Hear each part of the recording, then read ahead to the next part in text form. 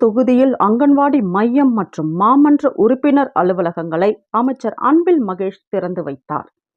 Trichy Thiruverumbur Ponmalai ward எண் 46க்கு உட்பட்ட மலையடிவாரம், மாரியம்மன் கோவில் தெரு, நேரு நகர் மெயின் ரோடு ஆகிய பகுதிகளில் அங்கன்வாடி மற்றும் மாமன்ற உறுப்பினர் அலுவலகங்கள் ஆகியவற்றை மாநகராட்சி பொது நிதியிலிருந்து ரூபாய் 62,85,000 மதிப்பில் கட்டி முடிக்கப்பட்ட பணிகளை தெற்கு மாவட்ட கழக செயலாளரும் பள்ளி கல்வித்துறை அமைச்சர் அன்பில் மகேஷ் பொய்யாமொழி மக்களின் பயன்பாட்டிற்கு திறந்து வைத்தார்.